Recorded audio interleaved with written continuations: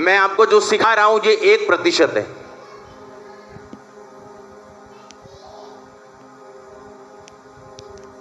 और इसी को ध्यान से अगर आप समझ जाएं, अगर आप भजन संहिता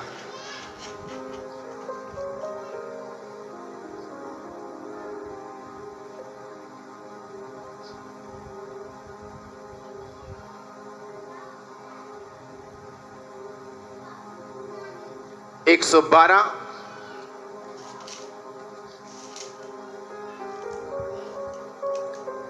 उसकी 1 और 2 आयत को पढ़े तो उसमें लिखा यह की यानी यहोवा की स्तुति करो। क्या ही धन्य है वह पुरुष जो यहोवा का भय मानता और उसकी आज्ञाओं से बहुत खुश रहता है। उसका वंश पृथ्वी पर पराक्रमी होगा, सीधे लोगों की संतान आशीष पाएगी। अब आप अगर आपकी प्रेयर रिक्वेस्ट आपके बच्चे हैं, आपका बेटा है, आपकी बेटी है, आप उनको नहीं चाहते जिस तरह आपने संघर्ष किया वो संघर्ष करें। आप जब प्रार्थना करने के लिए बैठेंगे आप एक बाइबल की वर्स को लेंगे, हालेलुया।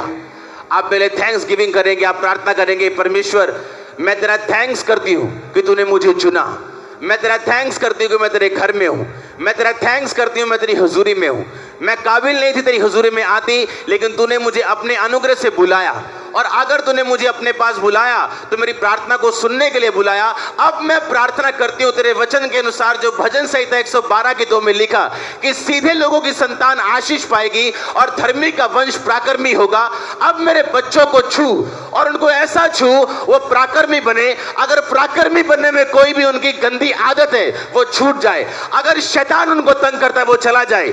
हे परमेश्वर मेरी संतान को छू और उन्हें पराक्रमी कर, उन्हें सामर्थ्य कर। ये आपकी प्रार्थना होगी। और जब आपकी प्रार्थना ऐसी होगी, ओए प्रभु मैं बहुत दुखी हूं, तो आगे प्रभु क्या करे? दुखी हो तो दोबारा आ जाए क्रूस के ऊपर, दोबारा चढ़ने के लिए आ जाए क्रूस के ऊपर। उसने कहा सब कुछ पूरा। अब आपको इमोशनल नहीं स्पिरिचुअल स्क्रिप्चुअल बनना है। आमीन। बाइबल में लिखा, अगर आप यहोजकल की पुस्तक पढ़ें उसका 3 बाब उसकी 3 आयत में लिखा, तब उसने मुझसे कहा, हे मनुष्य के संतान, ये पुस्तक जो मैं तुम्हें देता हूं उसे पचा ले, अपनी आंतड़ियां इससे भर ले। अतः उसने उसे खा लिया और मेरे मुंह में वो शहद के समान मीठी लगी। ये चर्च उन लोगों के लिए नहीं है जो बाइबल को सुनने के लिए आते हैं, ये चर्च उन लोगों के लिए है जो बाइबल को खाने के लिए आते हैं। आमीन। क्या करना है? सुनना के खाना है? उसने कहा इसे खा ले, इसे अपनी आंतड़ियां इससे भर ले।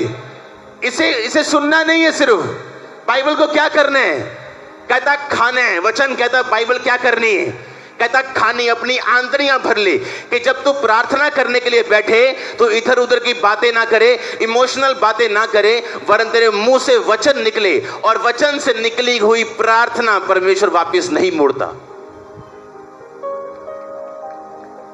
आपको समझ आ रही है क्या? मैंने कहा आपको समझ आ रही है कि नहीं? जब प्रेयर आर्मी अभी मैं बना रहा हूं, और जब आपको मैं इनवाइट करूंगा, अगले हफ्ते एक नंबर लॉन्च होगा, उस नंबर पे आप व्हाट्सएप करेंगे, अपनी इंफॉर्मेशन भेजेंगे, और उसमें से लोग चुने जाएंगे। हर बंदे को एंट्री नहीं मिलेगी, बीमारों को भी एंट्री नहीं मिलेगी। जो सिर्फ स्ट्रांग है, प्रेयर आर्मी मतलब उन्होंने लड़ने के लिए आना है और प्रार्थना करने के लिए आना है। आमीन। वहां हीलिंग लेने के लिए नहीं आना कि आप लाइन में खड़े होगी, लास्ट टाइम मेरे पे प्रार्थना कर दो जी, पेट पे हाथ रख दो जी, जान लगे माड़ा जा। नो नो नो नो, कोई बात नहीं होगी किसी से, कोई काउंसलिंग नहीं होगी, सिर्फ प्रेयर, सिर्फ prayer. 24 hour only fasting prayer. आपको प्रार्थना का मतलब समझ आ जाएगा, किसे प्रार्थना कहते हैं। अपनी लाइफ में पहली बार आपने देखी होगी। आमीन। आप मेरी इस बात को समझो बड़े ध्यान से। प्रॉब्लम आज ही है कि चर्च में एक बैठी हुई अच्छी सिस्टर बैप्टिज्म लिया हुआ, और उसे यह नहीं मालूम कि मेरे बच्चों की प्रार्थना मैं कैसे करूं। भजन संहिता 91 उसकी 16 में क्या लिखा? लास्ट आयत में क्या लिखा? मैं तुझे दीर्घ आयु से क्या करूंगा और अपने किए हुए उद्धार को क्या करूंगा? दिखाऊंगा। अब एक बंदा जो लंबी उम्र की प्रार्थना करे वो इस तरह से प्रार्थना करता है। आप सीधा प्रार्थना नहीं करते। बाइबल कहती है जब प्रार्थना करनी सिखाई गई तो परमेश्वर ने कहा सबसे पहले ये को, हे पिता तू जो स्वर्ग में, तेरा नाम, यानी वर्शिप से शुरू करो। वो परमेश्वर ने 30 सेकंड की प्रार्थना नहीं सिखाई, वो पैटर्न सिखाया था। जो आप करते हो 30 सेकंड की प्रार्थना, 30 सेकंड वाली ऐसे वाली, वो प्रार्थना नहीं है, वो पैटर्न है। वो प्रार्थना करने का तरीका है कि सबसे पहले वर्शिप से शुरू करो। जब भी प्रार्थना करने के लिए जाओ, अपनी रिक्वेस्ट लेने के लिए जाओ, सबसे पहले वर्शिप करो कि पिता मैं तेरा थैंक्स करता हूं, तूने मुझे चुन लिया, मुझे अपने पास बुला लिया। कोई मायने नहीं करता मेरी कंडीशन अब कैसी है, पर मैं तुझे जीवित परमेश्वर को जान चुका हूं। मैं जान चुका हूं तू जीवित है। मैं जान चुका हूं एक दिन मैं गवाही के साथ वापस आऊंगा और मैं स्वर्ग का अधिकारी हूं। मैं जान चुका हूं मैंने साल्वेशन पा ली। फिर आप प्रार्थना शुरू करोगे कि पिता तेरे वचन में ये लिखा कि मैं तुझे दीर्घ आयु से तृप्त करूंगा। परमेश्वर तू जानता है कि ये बीमारी जो मुझे है ये मुझे दीर्घ आयु जाने नहीं देगी, इसलिए इस बीमारी को हील कर ताकि मैं दीर्घ आयु में जा सकूं। पिता बीमारी के साथ दीर्घ आयु किसी काम की नहीं, गरीबी के साथ दीर्घ आयु किसी काम की नहीं। मुझे आशीषें भी दे कि मैं दीर्घ आयु जी सकूं और आनंदित होकर जी सकूं। तूने कहा कि मैं तुझे उद्धार दिखाऊंगा, अपना उद्धार तुम्हें दिखाऊंगा। तुम मुझे उद्धार दिखा मेरे बच्चों में, मेरी फैमिली में, मेरे फाइनेंस में, मेरी बॉडी में, मेरी स्पिरिट में, मेरी आत्मिक जिंदगी में। आप करके देखो इस तरह से प्रार्थना करके देखो, वचन के बीच से प्रार्थना। हमारी वचन इमोशंस, हमारी प्रार्थना इमोशन के साथ भरी हुई है। हमें लगता है कि हाँ पिता सब जानता है। बाइबल कहती है वो सब जानता है, पर कहता है वो मांगो तो दिया। बाइबल कहती है ऐसा। बाइबल मैं आपको पढ़ाऊंगा बाइबल आज। हाँ सब जन खोलो यशाया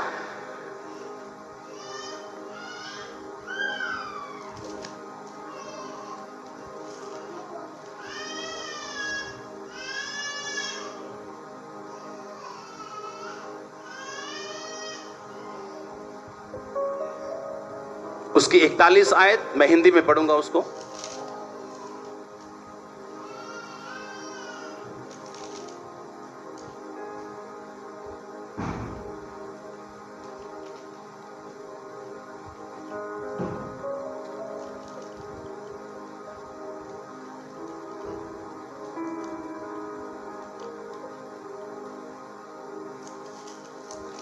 आमीन।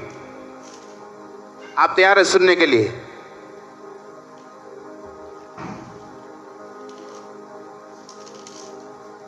आपको ये बात बड़े ध्यान से आज समझनी है और दिल में डालनी है। आप जज के सामने चले जाओ और जज को ये बोलोगे जज साहब इस माता का एक लौता बेटा है ये, आप इसे फांसी नहीं दे सकते, आप इसे छोड़ दो। जज आपकी बात ना सुन के ये देखेगा कि आपके पास प्रूफ है या नहीं। हालेलुया। आज जो वचन मैं आपको पढ़ा रहा हूं उसमें लिखा, परमेश्वर ने कहा अपना प्रमाण दो, अपना मुकदमा लड़ो, अपने न्याय के लिए खड़े रहो। अगर आप परमेश्वर के सामने अपना केस प्रकट नहीं करेंगे और आपको यह नहीं लिख पता कि बाइबल में कहां आपकी ब्लेसिंग के बारे में लिखा। हम बैठ के प्रार्थना कर रहे हैं परमेश्वर मुझे फाइनेंशियल ब्लेसिंग चाहिए। हाँ, कोई बैठ के प्रार्थना कर रहा है परमेश्वर मुझे वीजा चाहिए। कोई बैठ के प्रार्थना कर रहा है परमेश्वर मेरी स्पिरिचुअल लाइफ को ब्लेस कर। पर एक भी जन को यह मालूम नहीं है कि मैं कौन से वचन से प्रार्थना करूं, सिवाय एक ही वचन। मैं पढ़ाता हूं आपको सभी वचन इकट्ठे, आज वचन ज्यादा है। एक भी बंदे को यह मालूम नहीं है कि मुझे किस वचन से प्रार्थना करनी। अब मैं कौन कौन सा वचन आपको पढ़ाऊं? कहां लिखा उसके कोड़े खाने से तुम चंगे हो चुके हो? कहां लिखा कि अब वो तुम्हारे अपराधों के कारण घायल किया गया? अगर हमें ये नहीं पता लिखा कहां गया, हम पढ़ेंगे कैसे? अगर पढ़े नहीं तो वचन में, प्रार्थना में हम वचन सम्मिलित कैसे करेंगे और परमेश्वर के सामने अपना केस कैसे प्रकट करेंगे? आमीन। परमेश्वर कहता अपना मुकदमा लड़, अपना प्रमाण मुझे दे। हालेलुया। मुझे स्पिरिचुअल ब्लेसिंग चाहिए। अच्छा, मुझे पवित्र आत्मा से भरना है। आप सारी उम्र वेट करोगे और पवित्र आत्मा को आपको नहीं मिलेगा। इसको रिपीट में क्यों लेके आए? अपने पड़ोसी को बोलो वेट मत कर, इंतजार मत कर, वचन से प्रार्थना कर तो तेरा हल होगा।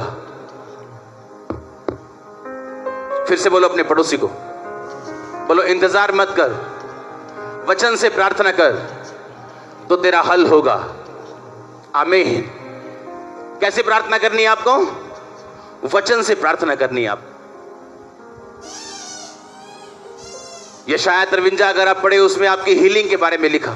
अगर आप 40 पढ़े, 41 पढ़े, 42 पढ़े, उसमें आपके लिए वचन लिखे हैं जो आपके लिए लिखे हुए हैं, लेकिन किसी को मालूम नहीं मेरे लिए क्या लिखा है बाइबल में। बाइबल आपको अच्छा हस्बैंड देने का वायदा करती है, मालूम, पर कहां लिखा है? आपको अच्छी वाइफ देने का वायदा करती है, मालूम, कहां लिखा है? भजन संहिता 128 में। वो कौन कौन सा वचन आज आपको पढ़ाऊं? आपको सेल्फ स्टडी करनी है बाइबल के बीच से। आमीन। और जब प्रार्थना करने के लिए बैठने हैं, उस बाइबल के वचनों से आपको प्रार्थना करनी है परमेश्वर के सामने। कितने मेरी बात को समझ रहे हैं?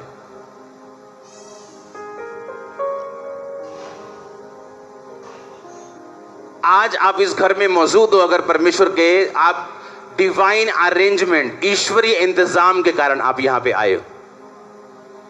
आप जानते हो, आज कुछ लोग अगर सक्सेसफुल हो जाते अपने पास्ट में, यहां ना बैठे होते। अगर उनका बिजनेस चल गया होता, वो यहां ना बैठे होते। अगर उनके बच्चे सही होते, वो यहां ना बैठे होते। आपको यह बात समझनी है कि परमेश्वर आपकी मुश्किलों को इस्तेमाल करता है आपको अपने घर में लेके आने के लिए और अपना आप प्रकट करने के लिए। हालेलुया। अपना आप क्या करने के लिए? प्रकट करने के लिए वो आपको मुश्किलें देता है, लेकिन आपको अब ये देखना है कि अपनी मुश्किलों को आपने यूज करना है या उनको पहन के रखना है और वो शर्मिंदगी लेके रखनी। और जब तक आप लड़ेंगे नहीं, जब तक आप बाइबल के वचनों से आपकी प्रार्थना, अगर बिना बाइबल के आपकी प्रार्थना सही नहीं। अगर प्रार्थना करते वक्त आप अपनी बाइबल साथ लेके नहीं बैठते हो, आपकी प्रेयर इफेक्टिव नहीं हो सकती। हालेलुया। एक औरत थी, उसके ट्विंस बच्चे थे, दोनों ट्विंस लड़कियां थी, एक जैसी दिखती थी दोनों। एक ट्विंस होते हैं, ट्विंस एक होते हैं आइडेंटिकल, यानी कि बहुत मिले जुले और उनका स्वभाव भी एक जैसा होता है। वो वाला ट्विंस थी। वो अपने घर के बाहर जा रही थी और एक गाड़ी ने हिट किया और उसे मार दिया।